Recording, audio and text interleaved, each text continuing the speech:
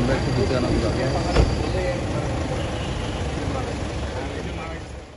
আইনি জটিলতা কয়লা আমদানি আদালতত ঝুলি থাকনে মাতারবাড়ি কয়লা বিদ্যুৎ কেন্দ্রের উৎপাদন চালু রাখা লয়ের চরম আশঙ্কা তৈরি হই কারণ বিদ্যুৎ কেন্দ্রত বর্তমানে কয়লা মজুদ আছে আর মাত্র মাসখানিকর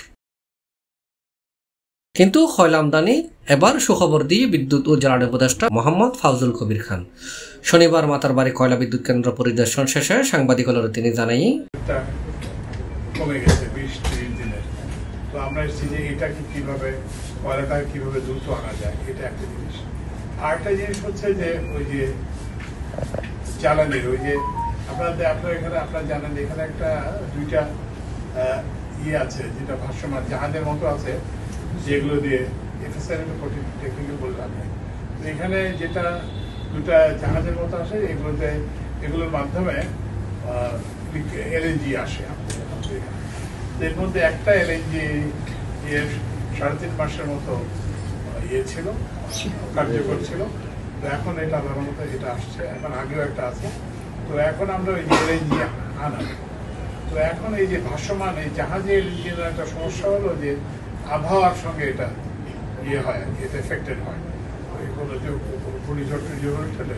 তো ওই জন্য আমরা একটা ভূমিতে এলএনজি স্থাপন করা যায় কেন্দ্র রিজার্ভে এলএনজি সেটা করা গেলে কোন জায়গায় হবে সেই জায়গাগুলো সমগ্র জায়গাগুলো দেখা এটা টেকনিক্যালি শহরের হিলটাউন সার্কিট হাউসত মত বিনিময় সভাত উপদেষ্টা আরো হই তেল জাহাজে করে আসতো সেগুলোকে লাইটারাইজ করে নিয়ে আসতো।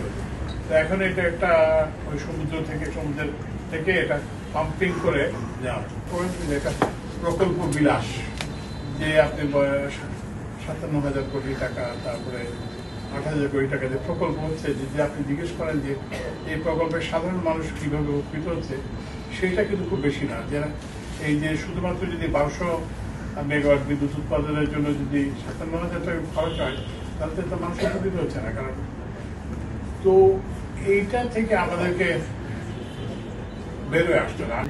এখানে এই যে মেগা প্রকল্প একটা আমাদের আসক্তির মতো হয়ে গেছে, যা কিছু বড় তাই ভালো এটা না। কিন্তু ওখানে ধরেন মানুষ তো সাধারণ মানুষ অনেক জায়গায় অনেক ছোটখাটো একটা রাস্তা রিপেয়ার করলে মানুষের অনেক উপকার হয়। তারপরে এই যে কক্সবাজারে একটা কুতুবদিয়াতে যাওয়ার জন্য যদি একটা ফেরির ব্যবস্থা করতে পারি মানুষের উপকার হয়। তারপরে মহেশখালীতে যাতায়াতের যদি অন্য আমরা ব্যবস্থা করতে ছোট ছোট প্রকল্প নিলে কিন্তু মানুষ অনেক বেশি সরাসরি উপকৃত হয়। এগুলো তো ঋণ পরিশোধ করতে হবে। ওই ঋণ পরিশোধটা কে করবে? এটা তো সাধারণ মানুষের টাকা দিয়ে। জ্বালানি উপদেষ্টা মাতারবাড়ি কয়লা বিদ্যুৎ কেন্দ্র ছাড়াও গভীর সমুদ্র বন্দর এসপিএম সহ বেশ কয়েকটা প্রকল্প পরিদর্শন করছে। C+ চট্টগ্রাম।